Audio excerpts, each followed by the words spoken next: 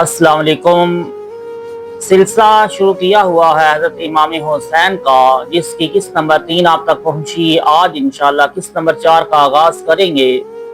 रवायात में आता है कि हज़रत इमाम आली मुकाम इमाम हसन अलैहिस्सलाम अपना समान हयात मंज़िल फ़ानी से सराय जाउदानी की तरफ ले गए, यानी सैयदना इमाम हसन अलैहिस्सलाम का विसाल पाक हो गया तो अमीर शाम ने अपने बेटे को अपना वली अहद मुकर्रर किया और अहले शाम व इराक से उसकी बैत लेने के बाद इरादा किया कि अहले हजाज भी इस अमर की मुआफ़क़त करें।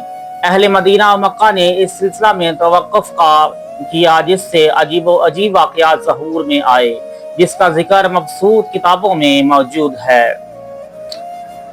बहरकैफ हाकिम शाम को इस सिलसिला में खुद मदीना मुनव्वरा में आने की ज़रूरत महसूस हुई और सिवाय 4 अफराद के लोगों को जरीदा बैत में दाखिल कर लिया। जिन 4 अफराद ने इस सूरत में बैत से इनकार किया, उनमें से एक इमाम हुसैन बिन अली अलैहिस्सलाम, दूसरे हजरत अब्दुर्रहमान बिन अबी बकर रज़ी अल्लाह ताला अन्हो, तीसरे हजरत अब्दुल्ला इब्न उमर रज़ी अल्लाह ताला अन्हो और चौथे हजरत अब्दुल्ला बिन ज़ुबैर रज़ी अल्लाह ताला अन्हो हैं। उन पर सख्ती और नरमी के सब तरीके आजमाए गए, मगर ये लोग ना माने और चारों साथी मदीना तैयबा से मक्का मुबारक ज़ादल्लाहु तआज़ीमन तकरीबन में तशरीफ ले आए और वाली शाम ने उनके पीछे आकर मक्का मुअज़्ज़मा में भी पूरी कोशिश की, मगर मामला यूं का त्यों रहा। यहाँ तक कि वाली शाम ने कुल्लु नफ्सिन ज़ाइक़तुल मौत के का गम इंजाम प्याला पी कर खाकदाने दुनिया से दारुल जज़ा की तरफ रुख कर लिया।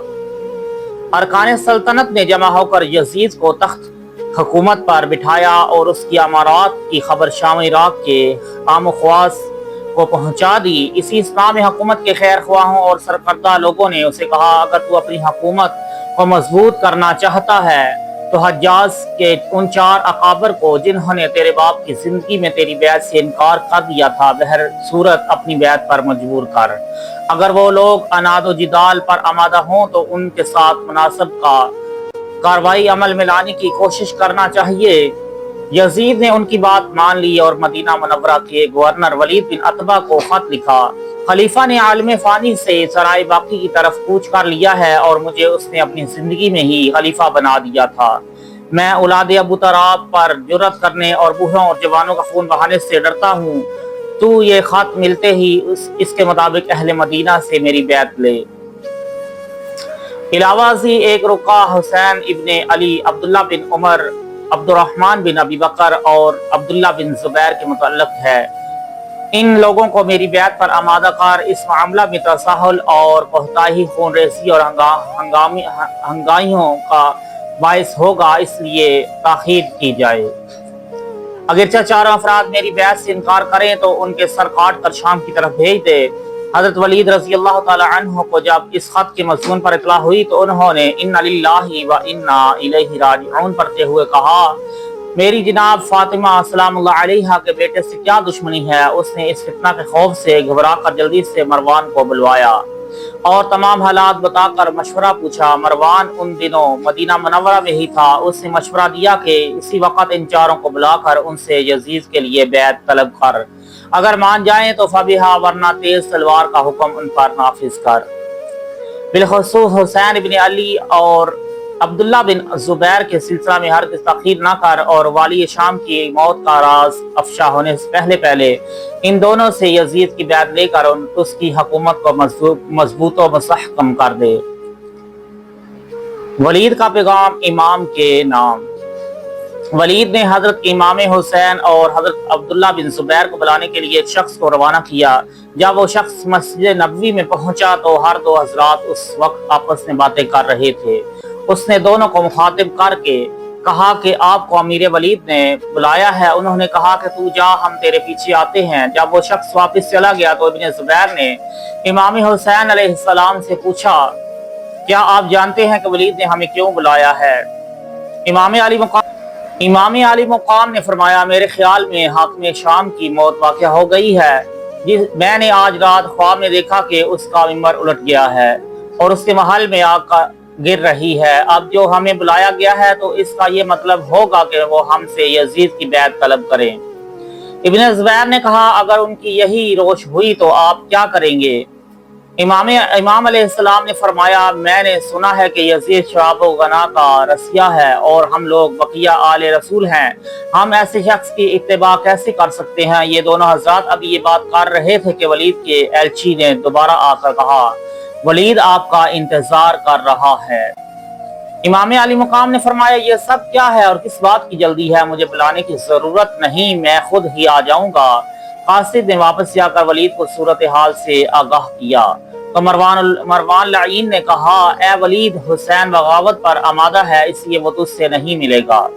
ولید نے اسے ڈانٹتے ہوئے کہا خاموش رہ، حسین بد عہد نہیں ہے اور وہ جو وعدہ کریں گے اسے پورا کریں گے۔ روایات میں آتا ہے کہ حضرت ولید خدا ترس انسان تھے اور اہل بیت کا احترام و اکرام کرتے تھے۔ جب انہوں نے امام علی مقام امام حسین علیہ السلام کی وفاداری اور پاکیزگی کا اظہار کیا تو مروان خاموش ہو گیا۔ امام حسین کی ولید سے ملاقات۔ امام حسین علیہ السلام ولید کے قاصد کو واپس کرنے کے بعد جب آپ اپنے گھر تشریف لے گئے اور اپنے 3 غلاموں اور موالی کو مسلح کر کے فرمایا ہمارے ساتھ دارالامارت کی طرف چلو اور ولید کے دروازے پر بیٹھ جانا، اگر میری آواز بلند ہوتے سنو تو فوراً اندر آ جانا، اور جب تک تمہیں یقین نہ آ جائے کہ وہ لوگ میرے قتل کا ارادہ رکھتے ہیں تو اس وقت تک کسی سے جھگڑا نہ کرنا۔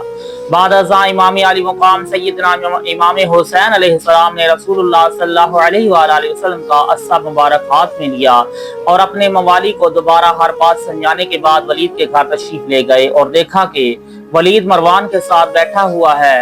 جب آپ ان دونوں کے پاس پہنچے تو ولید نے اٹھ کر آپ کی تعظیم کی اور آپ نے اپنی جگہ پر بیٹھ کر فرمایا مجھے کس لیے بلایا گیا ہے؟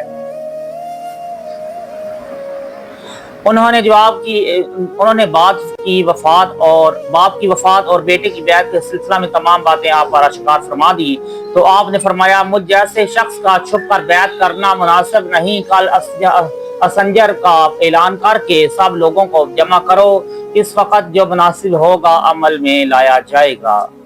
ولید نے کہا اے ابا عبداللہ، آپ نے نہایت سنجیدہ اور مناسب گفتگو فرمائی ہے، آپ بسط شوق واپس تشریف لے جائیں اور کل دوبارہ تشریف لے آئیں۔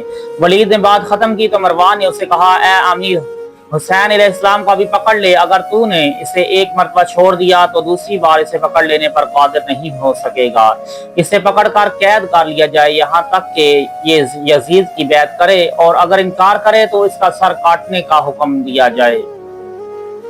امام حسین علیہ السلام یہ سن کر غضبناک ہو گئے اور مروان کی طرف دیکھ کر فرمایا اے ابن زرقہ، کس کی طاقت ہے کہ میرے متعلق ایسی حرکت کا خیال بھی دل میں لا سکے؟ تو میرا سر کاٹنے کا حکم دے کر دیکھ لے، جو شخص بھی اس ارادے سے میری طرف بڑھے گا میں اس کے خون سے زمین کو رنگین کر دوں گا۔